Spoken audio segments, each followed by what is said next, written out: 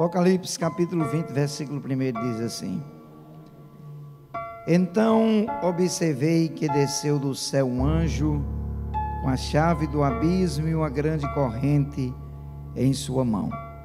Ele prendeu o dragão, a antiga serpente, que é o diabo, Satanás, e o amarrou por 1000 anos. Lançou-o no abismo, onde o fechou e pôs um selo sobre ele, para que não enganasse mais as nações, até que os 1000 anos se completassem.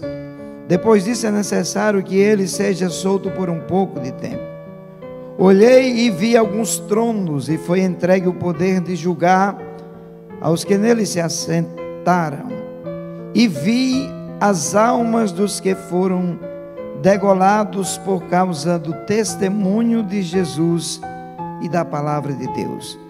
Os que não adoraram a besta, nem tampouco a sua imagem, e não receberam o sinal na testa nem nas mãos, eles reviverão e reinarão com Cristo durante 1000 anos. Entretanto, os demais mortos não reviveram, até que se completassem os 1000 anos. Esta é, pois, a primeira ressurreição. Para encerrar o versículo 6: Bem-aventurados e santos os que tomam parte da primeira ressurreição. A segunda morte não tem poder algum sobre eles. Serão sacerdotes de Deus e de Cristo e reinarão com Ele por um período de 1000 anos. E você diz amém, pode tomar o lugar de assento. O texto que nós lemos aqui nessa noite é um texto que está dentro do campo da escatologia bíblica. Os 6 versículos que lemos aqui, nada disso ainda se cumpriu. Porém, os 6 versículos que fizemos leitura aqui, todos se cumprirão, porque Deus tem um compromisso tão grande com a palavra dele, que está escrito no Salmo 138, verso 2, a parte C, que Deus exaltou a sua palavra acima do seu próprio nome. O profeta Isaías foi mais claro e objetivo no capítulo 55, versículo 11. Isaías disse assim: a palavra que sair da boca de Deus não voltará para ele vazia, antes fará aquilo que lhe apraz. Capítulo 1, versículo 12 de Malaquias, ou seja, de Jeremias, Deus disse: Jeremias, eu velo pela minha palavra. Velar, dentro dessa conotação profética de Jeremias, velar significa proteger, tomar os cuidados cabíveis e necessários para proteger a palavra. Então tudo que a gente leu aqui vai se cumprir. Na verdade, a Bíblia tem 1189 capítulos que estão divididos em 31.173 versículos, e toda essa palavra está debaixo de um respaldo em Deus. Para os irmãos terem uma ideia, existem 2 sentenças relacionadas à palavra. Quem acrescentar alguma coisa na palavra, as taças da ira de Deus que serão derramadas na terra. O texto diz que pragas que virão sobre a terra estão sujeitas a vir sobre quem acrescenta algum J a essa palavra, ou quem diminuir um tio daquilo que está escrito. É claro que existem mudanças de frase dentro, a gente sabe, de traduções, mas não é isso que o texto está falando. A Bíblia, ela é uma mensagem fiel, e por isso que nós estamos aqui. Quando João está na ilha de Patmos, ele tem essa visão de um anjo descendo do céu com uma corrente muito grande nas suas mãos e a chave do poço do abismo. E esse anjo que João viu na visão, ele tem uma missão. Qual é a missão desse anjo? Prender a antiga serpente, que a Bíblia dá um monte de nome para ele, o diabo e Satanás, o pai da mentira, o enganador. E o texto diz que João viu quando o anjo foi preso, ou seja, o demônio foi preso, lançado no poço do abismo, e o anjo trancou o poço do abismo durante 1000 anos. Quando é que isso vai acontecer? Primeiro eu preciso explicar para você que Jesus virá para 3 públicos diferentes. Jesus virá, só para memorizar, diga assim, para a igreja, para Israel e para os gentios. Para a igreja, pastor Carlos Faria, nós somos sabedores que Jesus vem através do arrebatamento. Quem ainda acredita em arrebatamento da igreja? Eu preguei numa igreja esses dias, um casal me chamou e falou: pastor, faz 5 anos que ninguém fala de arrebatamento aqui nessa igreja. Eu disse: após chegou um doido do Nordeste aqui, que não deixa de falar de arrebatamento de igreja onde eu chego. Cheguei na Europa, sem falar inglês, preguei sobre arrebatamento de igreja. Fui para uns países da América do Sul, arrebatamento de igreja. Só tem 4 estados do Brasil que eu não conheço. Onde eu chego eu falo de arrebatamento, porque é uma realidade autêntica das Escrituras. Nós não estamos fazendo parte de um clube ou de uma associação Assembleia de Deus. Nós somos membros de uma igreja pré-tribulacionista, pré-milenista, que acredita em arrebatamento da igreja de Cristo. Jesus virá para a igreja no arrebatamento. Se você me perguntar: pastor, quando é o arrebatamento? Eu não sou louco de dizer para você o dia do arrebatamento, que eu não trabalho com numerologia bíblica. Porém, eu posso lhe dizer que as profecias relacionadas ao arrebatamento estão aqui para a gente examiná-las, estudá-las e aprendê-las e ficarmos alerta, porque Jesus vai voltar. Existe dentro do campo da escatologia pelo menos 118 profecias relacionadas ao arrebatamento. E pasme os senhores no que eu vou dizer para vocês aqui. Todos os teólogos que trabalham nessa área da escatologia, arrebatamento, pré-milenismo e todo esse campo de escatologia, dizem a mesma coisa. A única profecia relacionada ao arrebatamento que falta se cumprir é o arrebatamento da igreja. Porque tem uma profecia que haverá fome no tempo do fim. Tem fome? Claro que tem. Nós estamos vivendo num lugar, irmãos, eu estive no Peru, é uma tristeza de fome. Nós temos, pastor Carlos Faria, 16 bases missionárias dos Gideões, lá dentro da selva boliviana. A fome é grande daquele povo, gente. A fome, a gente vê nos 4 cantos da nossa nação. Para vocês terem uma ideia, eu tenho um amigo meu que toma conta de um trabalho na Europa. Ele disse esse dia para mim: pastor, eu preciso de umas contribuições aí do Brasil para comprar leite para distribuir para uns necessitados aqui na Europa. Eu falei: fome na Europa? O senhor está brincando? A terra do euro precisando de dinheiro do Brasil. Sabe por quê? Porque também a fome chega onde tem dinheiro. A profecia se cumpre. Guerra, rumores de guerra, tudo isso está se cumprindo. Porém, nós estamos entendendo, à luz da Bíblia, que a maior profecia que tem que se cumprir diante dos nossos olhos para o arrebatamento da igreja é o renascimento de Israel. A nação de Israel, eu acho que você já ouviu muitas vezes numa escola dominical, num seminário de escatologia, que Israel é o relógio de Deus nessa terra. E é a maior verdade que a gente pode ouvir num culto de ensino, numa escola dominical. Por que eu estou dizendo isso para vocês? Porque a partir do ano 70 depois de Cristo, um general chamado Tito sitiou a cidade de Jerusalém, cercou a cidade. Foi 2 anos a cidade de Jerusalém entrincheirada. Ele conseguiu invadir a cidade, matou os judeus, queimou o templo a fogo, pois Jesus tinha dito na porta do templo ao seu colégio apostólico: não vai ficar pedra sobre pedra que não seja derribada. Eles ficaram assustados, porque os apóstolos mostraram para Jesus a estrutura magnífica do templo. E Jesus surpreendeu eles quando ele disse: não vai ficar nenhuma pedra nesse templo que não seja derribada. E quando o general Tito invade Jerusalém, ele queima a cidade a fogo, destrói o templo.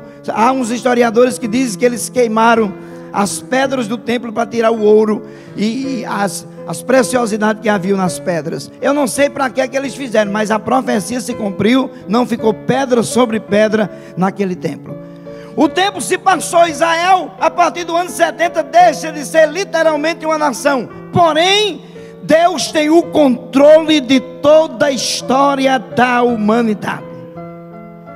Tudo que está acontecendo por trás dos bastidores da nossa vida, coisas que você não sabe, Deus tem o controle de todas essas coisas. Sabe o que é que Deus fez para Israel voltar a ser uma nação? Tem uma profecia aqui em Isaías 66:8. Eu até escrevi um livro sobre isso. Isaías 66, 8 está escrito que uma nação havia de renascer em um só dia. Isaías falou isso 700 anos antes do nascimento do Messias. E o que é que Deus fez para essa nação renascer?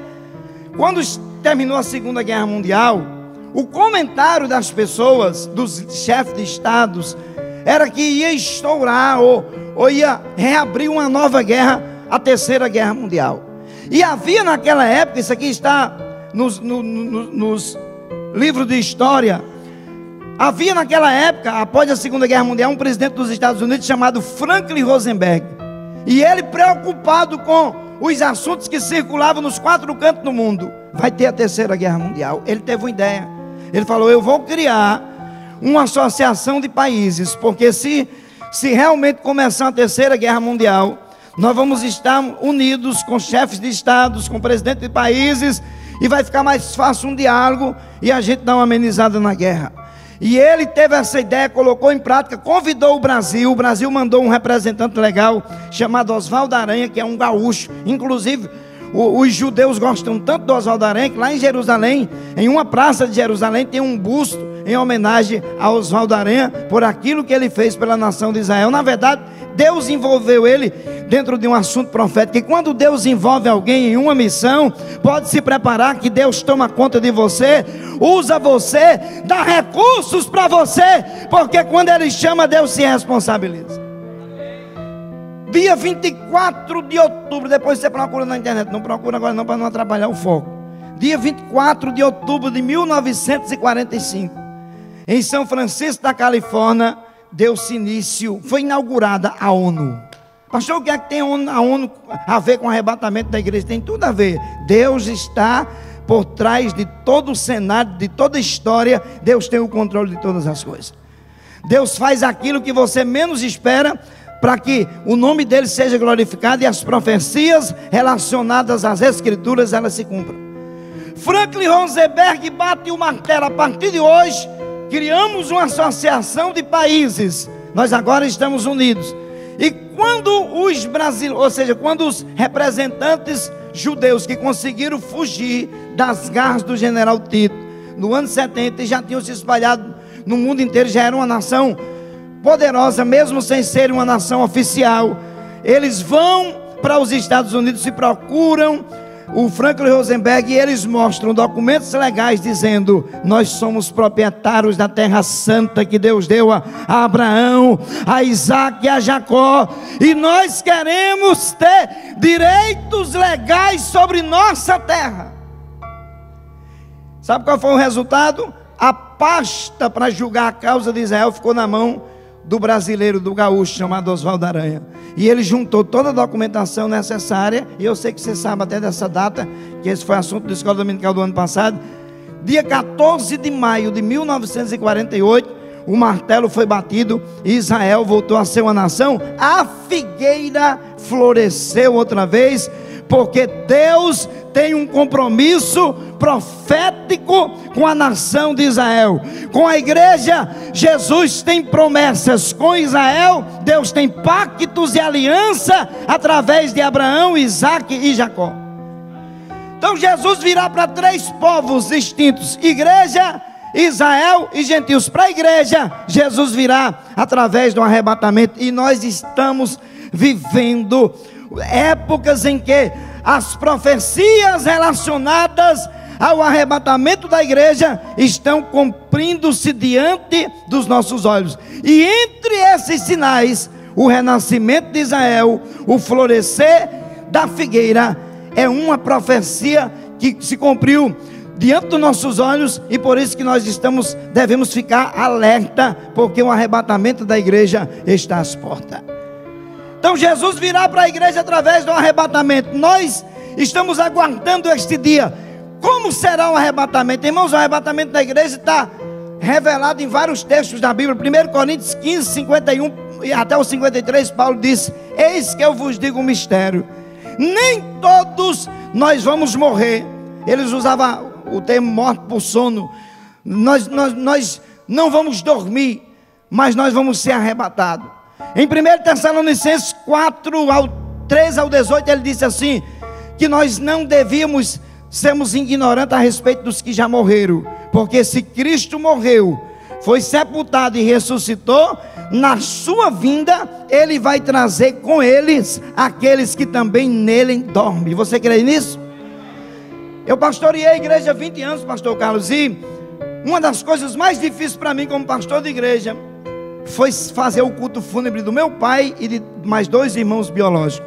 E no dia do culto fúnebre do meu pai, nós depois nos dirigimos para o cemitério para fazermos o sepultamento. Nós demos ordem para o coveiro fazer o cavamento da cova, todo aquele trâmite que a família faz. E quando chegou lá, eu me lembrei de uma coisa, Hudson. Eu disse para aquela sepultura: hoje, na qualidade de família, nós estamos dando ordem para você ser aberta e vamos guardar o nosso corpo do nosso pai. Nosso pai era um homem de Deus, crente. E eu disse para aquela sepultura: mas no dia que a trombeta do arrebatamento tocar, quem vai dar ordem para você se abrir é o dono do céu. Porque os que morreram em Cristo vão ressuscitar primeiro. Depois nós, os vivos, seremos arrebatados e seremos transformados num corpo incorruptível de glória, semelhante ao de Jesus. Deixa eu ver se na Assembleia de Deus aqui Shalom ainda tem gente que acredita nisso. Nós vamos nos encontrar com Ele nos ares. E quando a gente encontrar Jesus lá, a gente vai para onde? Tribunal de Cristo, capítulo 5, versículo 10. O coordenador falando aqui das ofertas do trabalho de missão. E a gente fica pensando, porque a gente sabe da realidade da Bíblia. 2 Coríntios 5, 10, a Bíblia diz que após o arrebatamento nós vamos para o tribunal de Cristo. E tudo que você fez para Cristo está registrado no livro das obras e haverá galardão. Nós vamos estar diante do tribunal de Cristo e nós vamos receber galardões pelos serviços prestados ao Senhor. É bem verdade que as nossas obras passarão por 6 avaliações. As 3 primeiras avaliações diante do tribunal de Cristo, lembrando aos irmãos que o tribunal de Cristo não é um tribunal condenatório, mas porém será um tribunal que haverá restrição relacionada à entrega de galardão. Por quê? Porque nossas obras vão passar pelas 3 primeiras avaliações. Obras feitas em madeira, em fêmur e em palha serão queimadas. Aquilo que a gente fez e não fez com excelência não vai ter galardão. Paulo diz que há pessoas que todavia serão salvos pelo fogo, mas não terão galardões porque não fizeram serviços com qualidade para o dono do céu. Por isso, irmãos, que não é com quantidade, é com qualidade. Pastor Carlos, eu tive uma experiência, uma coisa simples, não é uma regra doutrinária. Eu pastoreei como pastor auxiliar num campo uma vez, e tinha uma irmã chamada Edileuza. Ou Edileuza crente. Eu olhava para ela e dizia: Jesus, eu quero ser crente igual a Edileuza, lá no Pernambuco. Edileuza amava tanto Jesus, que ela dizia: Deus guarde minha alma de vir para um culto sem uma oferta. Mas porém, sabe o que a Edileuza fazia? Ela exagerava, ela pegava uma célula, ela era dona de uma loja de estética, para deixar as irmãs alinhadas. Edileuza pegava a maior célula do dia, passava perfume, passava o ferro, quem passa roupa aí? Pegava o ferro de passar roupa, passava na nota, para deixar bem novinha, e dizia: eu estou levando para o dono da igreja, que é Jesus. Eu não vou levar nota velha amassada para o culto. Eu estou indo para a casa de Deus. Eu não estou indo para qualquer lugar. Eu estou indo para a casa de quem me salvou, quem me limpou com sangue. Eu estou indo para a casa de quem vai me levar para o céu. Sabe o que é isso? Expressão de amor. Você já viu que tem crente que exagera? Eu já vi por aí afora, a gente vê muita coisa. Eu já vi irmão rodando assim. Aí você vai pesquisar a vida dessa pessoa. Às vezes era do mundo do crime, era do crack, era uma bagaceira na vida. Jesus salvou, limpou, escreveu o nome no livro da vida. Aí tem dia que aquela pessoa diz: hoje eu vou exagerar, hoje eu vou para adorar. Hoje eu estou com vontade de, quando o coral começar a cantar, eu vou me levantar lá atrás e vou adorar também. No tribunal de Cristo haverá galardão para todas as nossas obras. As 3 obras queimadas, fêmur, madeira e palha, não terão galardão. Todavia, as obras feitas em pedras preciosas, prata e ouro, aguenta fogo. É tudo aquilo que você fez em meio à tribulação. Eu tenho certeza, se o pastor Carlos Faria, pastor desse setor, sentasse numa cadeira aqui na frente e ouvisse um por um, cada membro que faz parte da membresia desse setor, ele ia chorar junto com você de tanta dificuldade que algumas pessoas estão passando. Talvez ele não pudesse lhe ajudar, porque ele é um homem, é humano. Todavia, o dono do céu, aquele que chamou você, sabe como ajudar você e lhe socorrer na hora da sua maior aflição. Você está aqui porque você está ligada em Cristo. Ele chamou você e você sabe para onde você está indo. Se você fosse participante só de uma só associação, não estava mais aqui, mas você está servindo aquele que lhe batizou com o Espírito Santo, aquele que lhe chamou para a salvação, e na hora que a trombeta tocar, você vai ouvir ele chamar o seu nome. Depois do tribunal de Cristo, eu estou dando uma corrida aqui que a minha hora já foi embora. Ei, depois do tribunal de Cristo, capítulo 19, versículo 7 de Apocalipse, nós vamos para a festa mais esperada no céu.